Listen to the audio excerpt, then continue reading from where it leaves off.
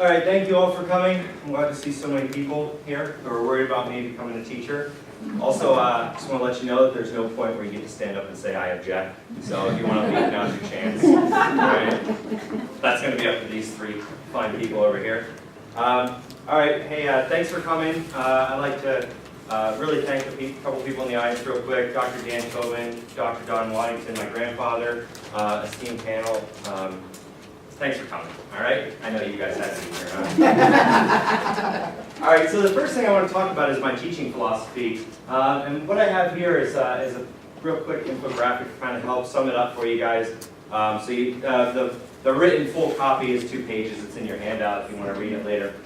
Big points I want to hit on is planting the seed. It's my philosophy that we need to focus on planting the seed of learning, the love of learning. We need to encourage our students to realize the benefit of their education and what they can get out of it. And we want to kind of nurture lifelong learners. Drawing from your roots. So this is a really big important one for me, especially with an agriculture education program. With Mrs. Hoy and Tyrone, she uses the CASE curriculum, which is a national ag education curriculum. And when I first learned about that, I was kind of nervous because I don't like the idea of having a national agriculture education curriculum. I believe that agriculture education needs to serve the community that it's in. So if you have a national curriculum, it doesn't necessarily always meet the needs of the community, and that worries me. So drawing from your roots, designing the program to meet the community's needs, and then nurturing smart growth. A big part about my philosophy and smart growth is that we all need to learn from the mistakes we made. We need to have a growth mindset. And most importantly, we need to be critical thinkers. I want to make sure that my students come through my program, maybe not knowing all the answers, but they need to know how to be critical of the information that's put in front of them, and they need to know how to find the right answers. That's what's important to me. Oops. Okay, I have a brief video here of some pedagogical knowledge. It's basically a demonstration. This was me teaching in Tyrone, and then there's a little bit when I was teaching at Mifflin County Academy of Technology for my micro-teaching assignment. So just, hope this works.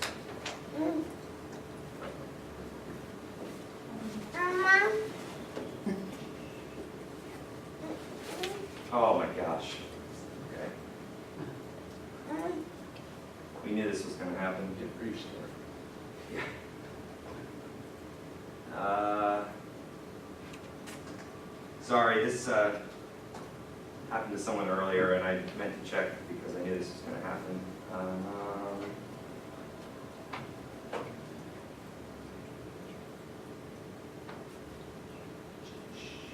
Lucky for you guys. All right, I choose to sit at home and watch TV. The opportunity cost is the cost of what I'm missing out on. So I could be working. I could be doing my schoolwork. It doesn't necessarily just have to be money. So it could be anything, right? Anything that I'm missing out on because I made a choice to do a different thing. Does that make sense? It's big into time. Opportunity cost is really important to remember your time, right? So your time is valuable, okay? So if you choose to sit and watch TV for 2 hours, when you could have been working and making, say, $10 an hour, how much money did you just give up this? According to the opportunity cost. $20, okay? A little bit. All right, so that's what opportunity cost is. And that's going to be important because we're going to talk about it, all right? So we're going to do a little scenario here for you guys. And why don't you guys write it down as I read it to you. Ready to copy, prepare to copy. Okay, given this scenario, suppose you are given $20 for lunches each week. So $20 a week, okay? You have the option of eating the regular school lunch for $1.50 or walking down the street to the Sheets and purchasing a $4 football. Okay? I'm going to read those numbers again so I make sure everyone gets them. Okay? You have $20 for each week. You can pay $1.50 a day for a school lunch, or you can spend $4 on a football and Sheets. What would you do? So go ahead. I'm skipping ahead. I think think I covered on that a little bit. Perfect, awesome. After I watched some of the other You people's guys, presentations, I realized that I please could come have to school, remember it? That's all that matters.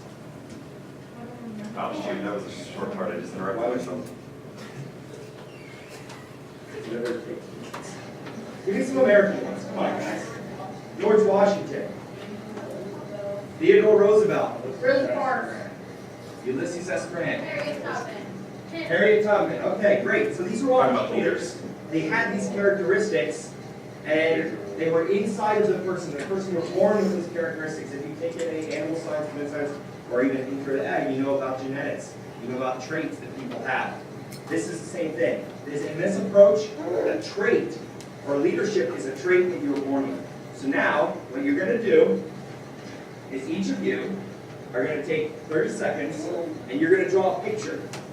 It's maybe complicated. Real simple picture that's going to help you remember what the trait approach is and what it means.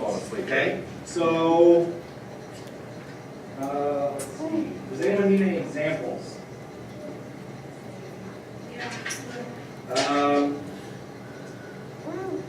How about, Alright, I gotta get to this. you're going to answer them. Have you ever watched Frozen? Yes. You know the guy that's here?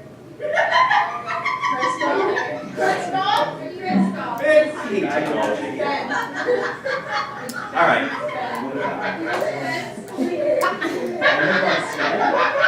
Oh, alright, so I gotta just tell you guys, because it was great. So this one girl is like, I'm just in the middle of the lesson, she's like, have you ever seen the movie Frozen? I'm like, okay, I like Disney movies. I was like, yeah, I've seen it. She's like, you know the guy with the reindeer? She couldn't remember his name. His name's Kristoff, by the way.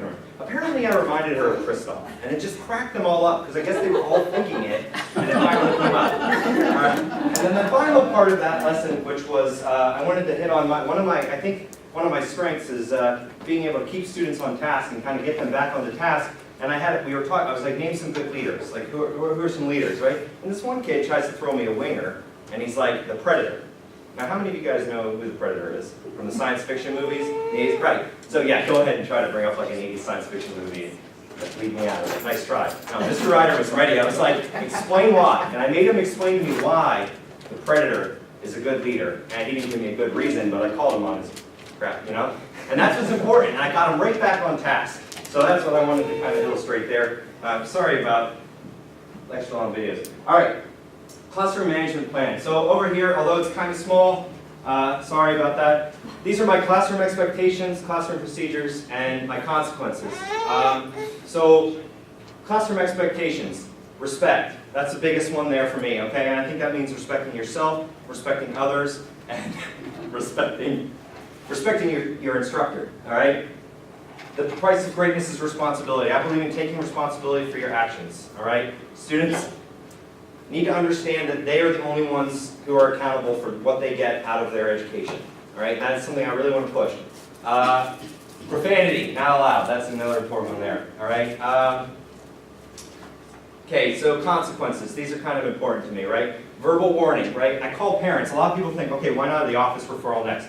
I think calling parents is a good second step, and the reason I think it's before the office referral is because I think that me as the instructor, as the student, or the teacher who's actually working with that student, it's my responsibility to form a relationship with the parents, and especially as an ag teacher where I'm going to be working with those same parents for 4 years, potentially, I need to form the relationship, and I'd much rather have them calling me when they have a problem than calling the office. So that's why that's there. Then I have a parent-teacher conference, and the bottom one is withdrawal from class. And the little note there, the asterisk, I threw that in there because ultimately my classroom consequences are going to have to come from whatever the school policy is. These are my particular ones that I've chosen, but they are superseded by anything that the school has come up with. Okay, this is one something I was tasked to do is to come up with a model program curriculum for my Ag Ed program. And this is kind of what I came up with here. All right, so I have in 9th grade, you can see I have an Intro to Ag class, and this on here is also the hours, and that falls into Perkins funding in Chapter 339 from the Pennsylvania Department of Education. So they need to meet certain hours requirements to be a program completer, and depending on how many program completers I have, I can get more funding if I'm properly submitting that paperwork. So then I have 4 tracks in my ideal program. I have Ag Mechanics, environmental science, animal science, and plant science. So those are going to be the tracks that in 11th grade, those students are going to start to focus down in on that. Okay, so a couple of these right here, this is an example of what ag mechanics curriculum would look like. Each one of these is a unit they would learn. As you can see, safety is a unit that they get every single year. That's going to be essential because safety is such a huge part about being a part of the workforce and also just keeping yourself healthy. A couple other really important things down here, and I'm only going to touch on them here. You guys have them in my packet so you can see what the other tracks look like. But these are the essential parts that I want to cover. So global ag mech, I have global environmental science. This is where we focus on kind of tying in that global component that agriculture is, all right? And that's why we have a focus there. OSHA. Hold on a second. Yes, sir. Tell me more about global ag mechanics. Okay, so I know you love this, don't you? So it's not necessarily you're thinking into too much detail. The point is, right? No, listen. Okay, so ag mechanics. He's over here laughing at me. I wish they could see you on the camera. All right, so ag mechanics, right? And it happens everywhere. Okay, so ag mechanics in an industrialized country like the United States may look completely different than an ag mechanics system in a developing country like Uganda, for instance. Thanks, Dan. Learn that from Dan. So, for instance, we like a big new thing that they're developing is methane digesters, right? It's a new thing where they take methane or they take animal manure and they use the methane to power their farm, right? Well, a methane digester that is built in the United States is going to be totally different than a methane digester that is built or put together in a developing country. And this is the reason what we need to focus on here is how the lessons that we're teaching them in our classes cross over. Okay, and that's the important focus here, right? So when I have kids in my welding class and they're learning how to weld, it's not just about welding in the United States, it's about welding in Brazil, welding in Africa, welding anywhere. And that's where we need to teach them where those tie-ins are. We need to teach them where that relationship is. Okay, did I cover that?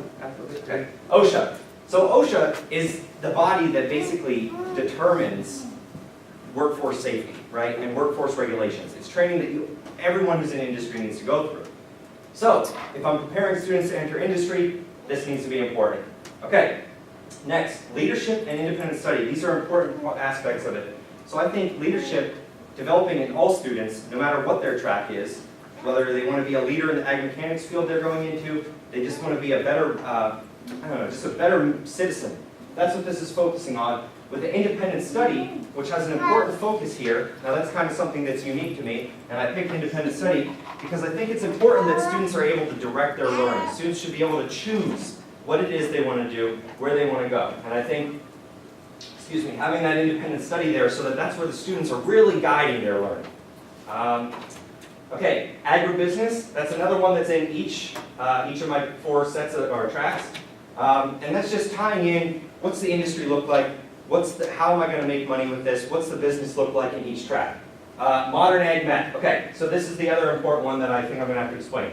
So we talk a lot about in ag industry is how things are changing, right? They're constantly changing, they're constantly developing. There's always a new angle, there's always new technology, right? And too often, people in agriculture are not adopting the newest, most efficient ways, right? It's easy when you're in the ivory tower of Penn State to think, well, why aren't they doing this? Why aren't they? There's a reason, right? Well, this class specifically is to help focus on what is the newest technology in their field, how can we prepare them for it, and how can they make it theirs and really own it. All right, SAE and career prep. So I picked these specifically here because as a part of my curriculum, there's several types of SAEs, but I think that entrepreneurship or placement, where a student is either working for someone else or they're having their own sort of business, I think those ones are going to be really important to prepare students for future careers. So in 11th and 12th grade, my students are going to be required to have some sort of entrepreneurship or placement SAE. Now me, growing up, I didn't have animals. I didn't grow up on a farm. I had like some cats and dogs.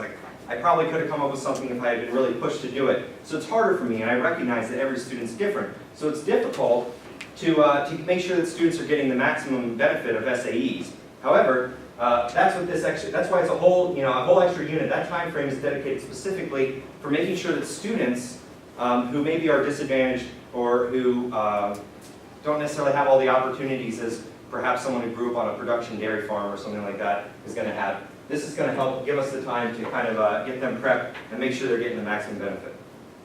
So here you have the environmental science option, plant science, and animal science, and they're all, I touched on the important parts for you there.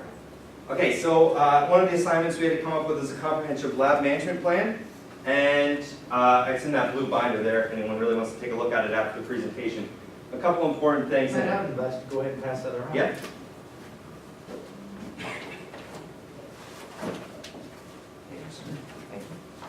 So, safety contract and rules, all right? So, in the lab, or whenever we're in the lab, there's obviously a slightly different set of rules that comes up because of safety issues, okay? So if a student has a safety violation in the lab, it's different than a safety violation in the classroom, all right? And that student is immediately removed from the lab for that day, and they lose participation points for that day.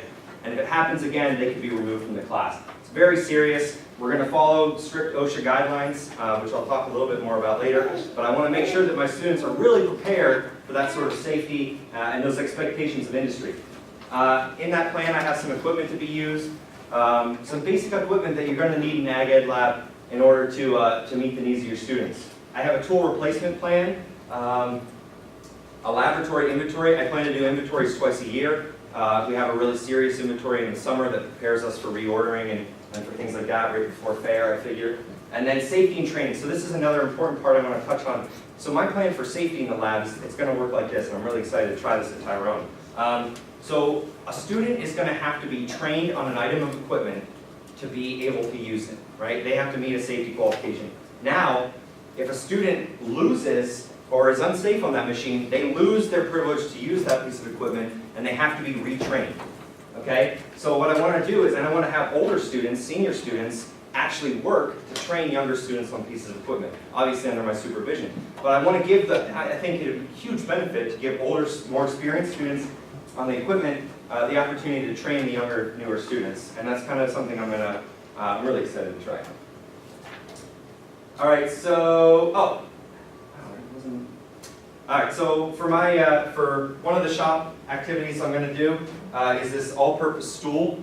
And I know you guys are thinking like, why are the legs different? It looks weird. Well, this is an example stool, and it's supposed to give students the idea of what each kind of leg could look like if they wanted to, right? So like, they want a two-prong one, they want this one, and then I have instructions for how they can do that. So right here's my budget, and we had to keep it under $15 for this shop project, and I got it to like $8.75 per stool.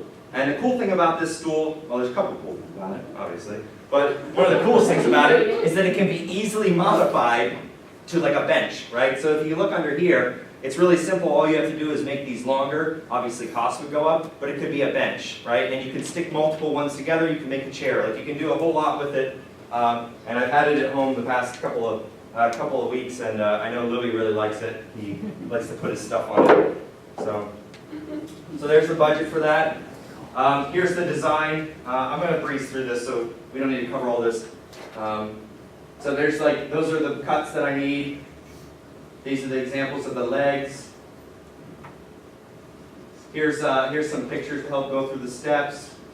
As you can see, the design I got off of online, it was, they had different legs on it, but those legs, like to buy the 2x2 is way more expensive, so it almost pushed me above my budget of $15. All right, so SAE integration. So in my classroom, in my instruction, an important part of agricultural education is utilizing the three-circle model, which is SAE, FFA, and classroom instruction. So for 9th and 10th grade, I want to have exploratory SAEs. That means the students are able to look and see new stuff that interests them and explore, basically, as it says. I also really like for them, I like research SAEs. So they find a topic they want to do some research on, they do some research on, and they come back to me, and they put it together, and they possibly participate in agri-science fair, where they present that information to like a panel. 11th and 12th grade. So this is where, okay, student choice is important in SAE. It needs to be student-driven. If it is not student-driven, it is useless. That's my firm belief, okay? I could give a student an SAE, but if he doesn't believe in it, he or she doesn't believe in it, doesn't care about it, it's not going to matter. It's not going to transfer. 11th to 12th grade, that's where I want to get into the guided career focus. This is where I expect students to be very guided in how they choose their SAEs. Right? So if a guy is interested or a girl is interested in welding, and they're trying to put their SAE together, I'm probably going to discourage them from using an animal science themed SAE. Unless there's something else they're interested in, obviously. Okay, so after each unit of instruction, I'm going to have my students tie it back in. So how can I use what we just were taught to help my SAE? So if I teach a leadership and communication lesson or unit, we've just got through a leadership and communication. Now it's going to be, all right, how can that help me with my specific SAE? And there's going to be dedicated class time for that, for the students to be able to reflect on that.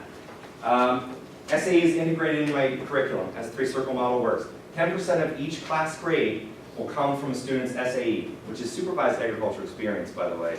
Sorry, I realize some people may not know what that was. I'm sorry. I'm on a roll. Okay, and then I got this from our methods text. Learning that is applied in practice is learning that has been assimilated. Okay? I'm going to do something. Thank you, Dr. Foster. That's called, come on, Kayla, what is it? Proximity. Proximity control? Dr. Foster was on his cell phone. He was tweeting about All right, bring it back in. Classroom management, sound control. All right, FFA integration. Okay, this is the other part of the three-circle model, okay? I want to utilize the officers to help teach, okay? This is where I want my officer teams and my other students to be able to really take the reins and own the organization. Teaching at Fall Leadership Conference, I taught the vice presidents of the FFA chapters from around the state there, and when we were talking about POA, all of them were like totally blown away when I was like, this is your POA, it's your program. Like, you decide what happens. And all of them were like, what, really? So like, that's important to me. It's the students' program, it's their organization. I'm an advisor, all right? Pay it forward. Okay, this is something Tyrone does, which I think is awesome, and it's another thing that goes into helping disadvantaged students. So, a student can't necessarily afford a jacket, or can't necessarily afford to go to national convention, or participate in other activities. So what happens is, students from, let's say they're in 11th grade. Students in 11th grade who are participating in fundraising, the funds they raise go to support the next generation of students. So that all my students who are participating in FFA, all they're going to have to worry about when it comes to financing is, how can I help finance the next generation? That's going to be the way I really want to get some extra participation in there. That's the POA, which is a program of activities, which is where the students decide what sort of fundraisers, what sort of activities the FFA chapter is going to do. Okay, 10% of class rate, just like SAE. Classroom, oh yeah. So this is from the methods text as well. It's pretty cool. So classroom instruction plus less structured instruction, which is during FFA meetings. All right, so it's not like a class, not necessarily a lesson plan. And then you have functional, where they're out doing it, right? So they're having the fundraiser, right? They're making the money. And all that together equals significant learning. Okay. I have a recruitment video here, which some of you have already seen a couple parts of this. Please work.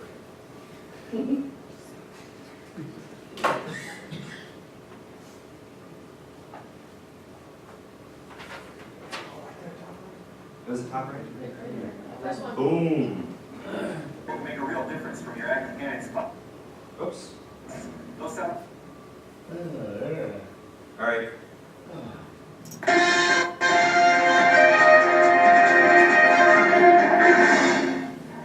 Good evening. I'm Matthew Ryder. Welcome to Channel 6 News.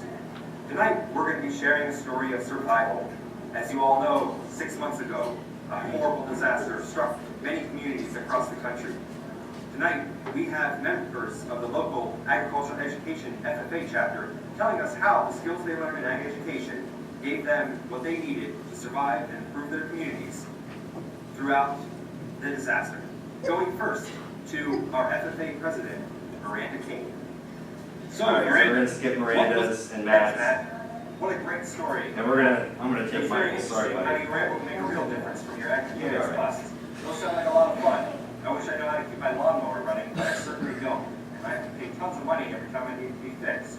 Well, I should have taken ag mechanics, that's for sure. Next, we go live to Michael in a biodiesel shop to tell us what made the difference for him in his agricultural education during the disaster. Matt, to you.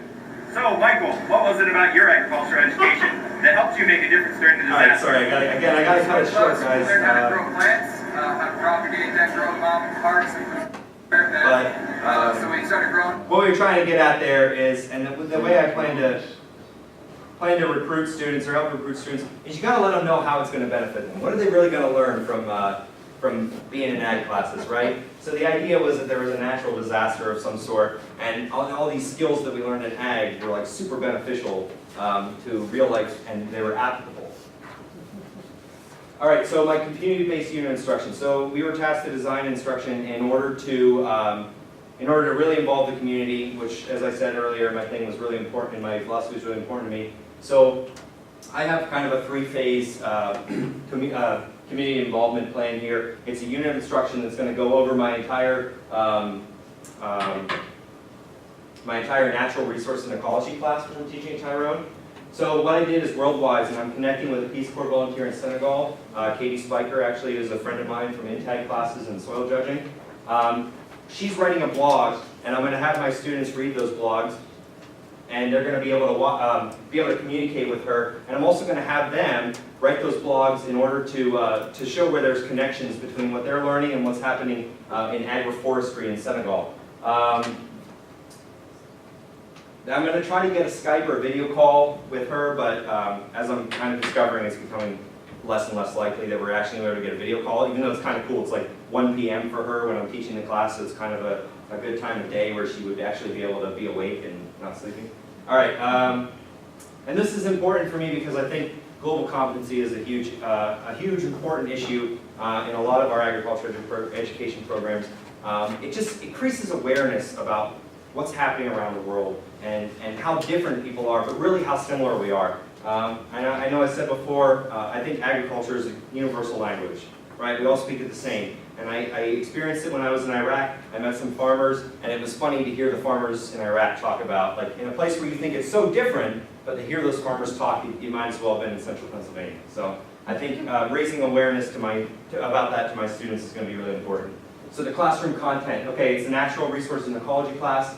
I want the students in those groups where they blog, they're going to find a guest blogger to talk about an issue that they thought was significant. So whether that's someone from Penn State or someone from another university or someone from an industry to help write and share with the class some of their expertise.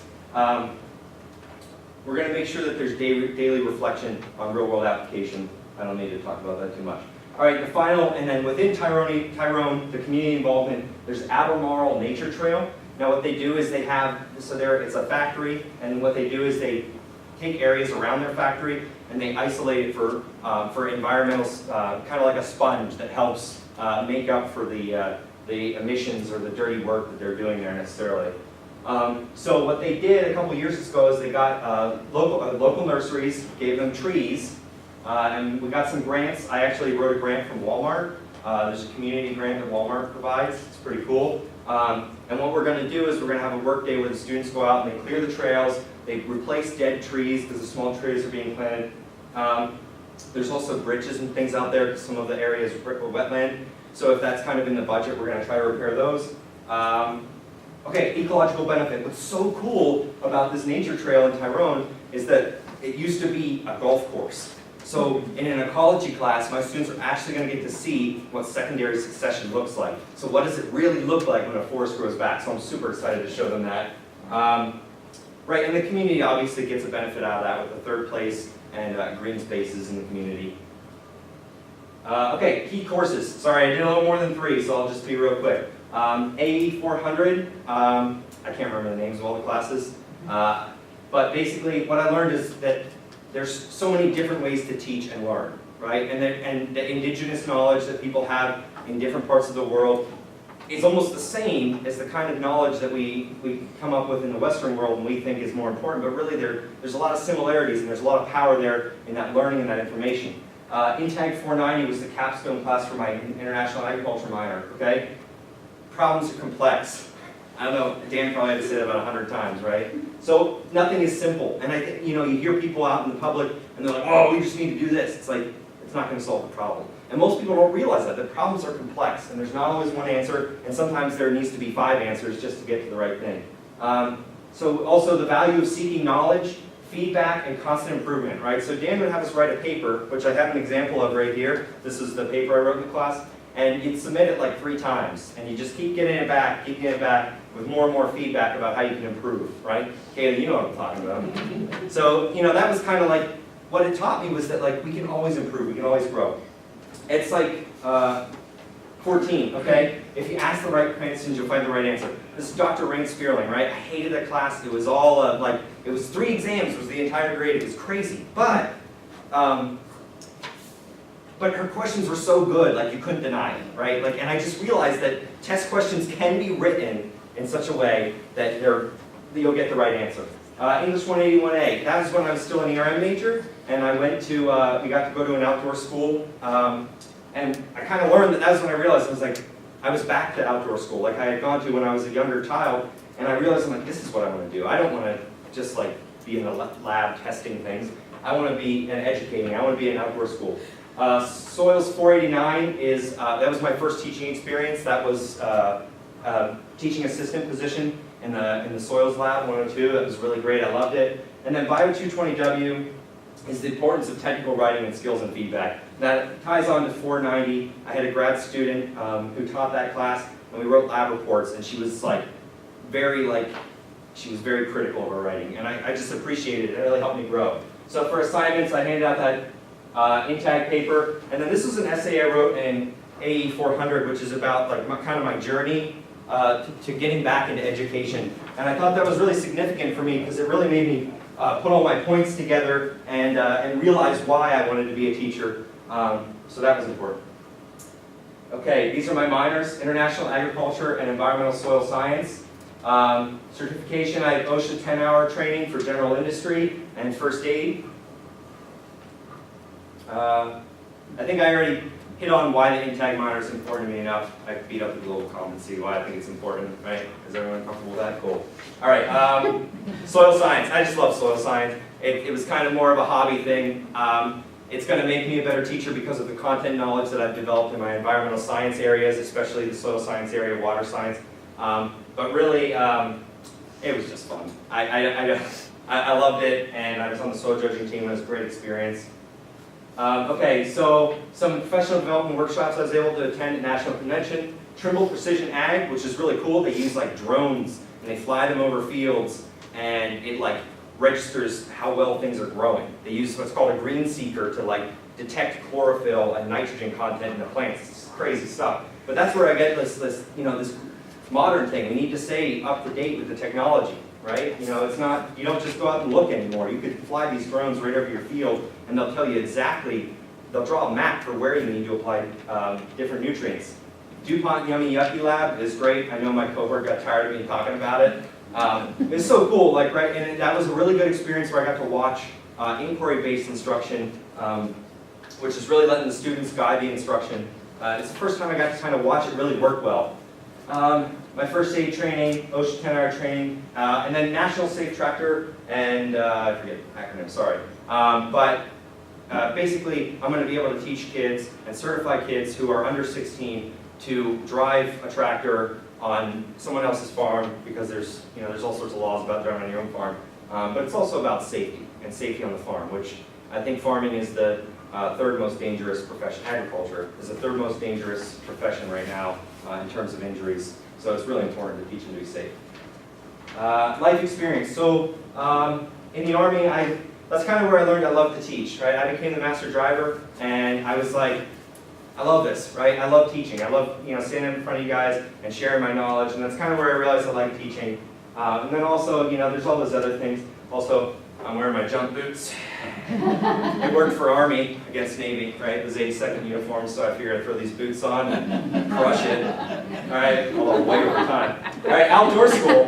So, you guys are having so much fun, you don't care. All right, outdoor school. So when I was growing up, I went to an outdoor school at a private school, and it was such a great experience. I love it. I still remember stuff from that today. We were asked to write a letter to a teacher that made a difference to us. At the beginning of the semester in AE 412, I chose my teacher, Kat Alden, to write. I wrote to her, just how much that mattered to me, how much that, that stuff really stuck, just the way she taught with storytelling and being out in the environment. I just loved it. So, and then the K Lab, which I worked in as an internship, well, not really an internship, sorry, as a summer research assistant.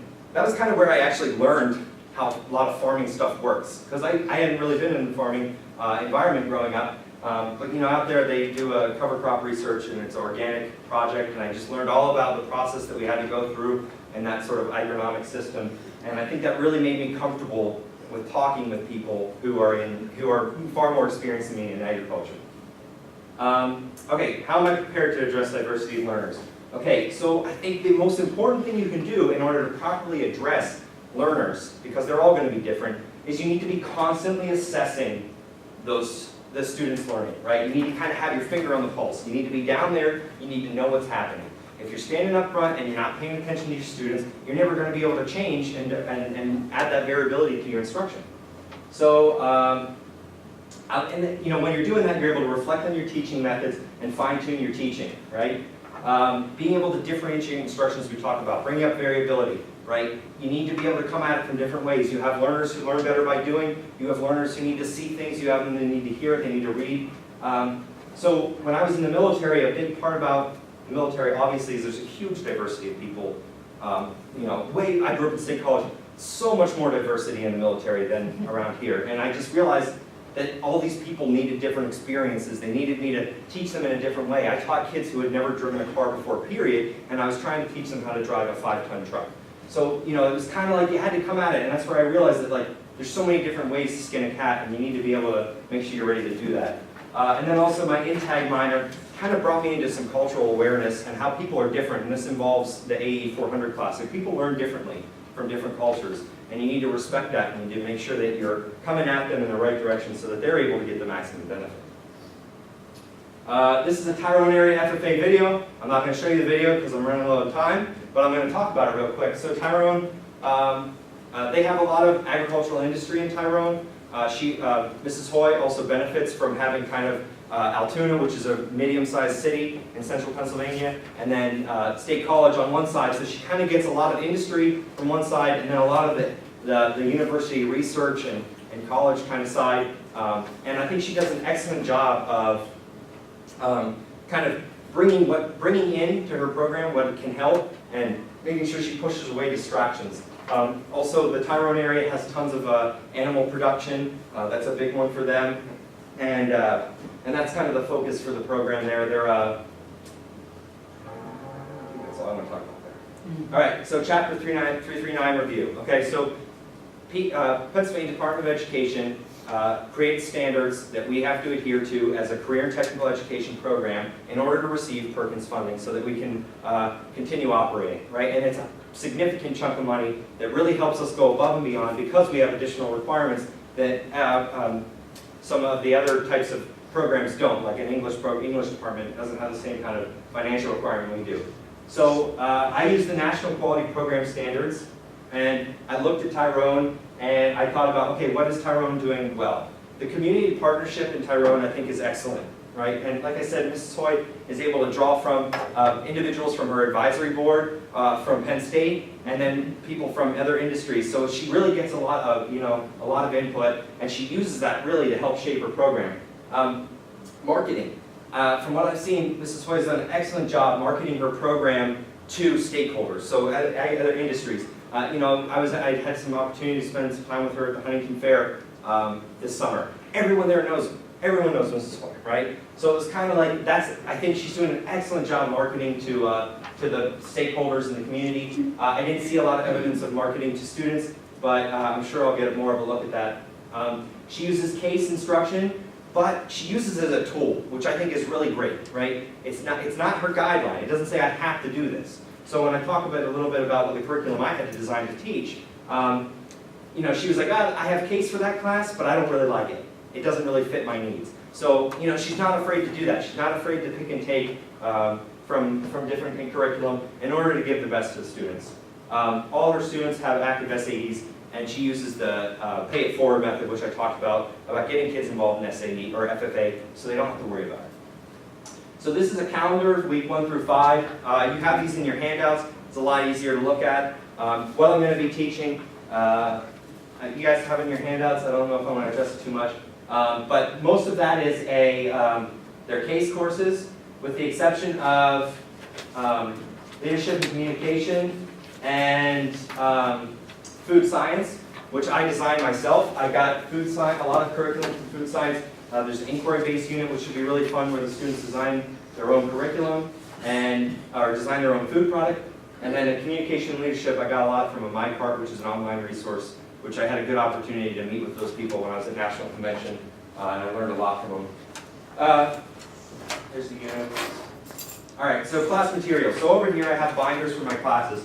I guess I don't pass these around, but you're welcome to come look at them if you want later. I'm going to have them up here. I just have a binder for each of my classes with each unit I'm going to be teaching. Matt, why don't you pass around your favorite binder? My favorite one? Take one. The pink one. Now, so this is my food science one, and I don't want to say it was my favorite, but it's definitely the one I put the most effort in because I had to create it myself, almost from scratch. So that's the one I like most. Take a look at it, enjoy it, units. Like I said, I got a lot from MyCart and AgEdNet, and then I'm using a lot of case from Mrs. Hoy, which is going to be nice. Okay, so wrapping up here, my strengths. Okay, classroom presence is a strength. I'm sure you guys can all see I'm loud, I'm noisy. Kids don't tend to try to ignore me. Although in one of my videos, I watched this kid just like talking to his friend the whole time. It was like, man, he was looking right at the video too, it's crazy. Anyway, but I still think that's one of my strengths. Enthusiasm, obviously I'm enthusiastic, I don't think I need to address that anymore. Environmental science content, I already addressed that too, wow. All right, my weaknesses. Okay, I'm not very organized, and anyone can tell you that. Anyone who knows me, who's known me more than 5 minutes, knows I'm not very organized. Attitude. Okay, I have this attitude problem where, like, if something gets to be really challenging, right? And I talked to Dr. Rice about it. Like, I get frustrated, and I want to say, like, forget it. I don't care. I'll do it my way, or I won't do it. And sometimes that can really hurt me if I'm not careful. Now, obviously, the fact that I know that's a weakness, I think I should be able to prevent it from happening.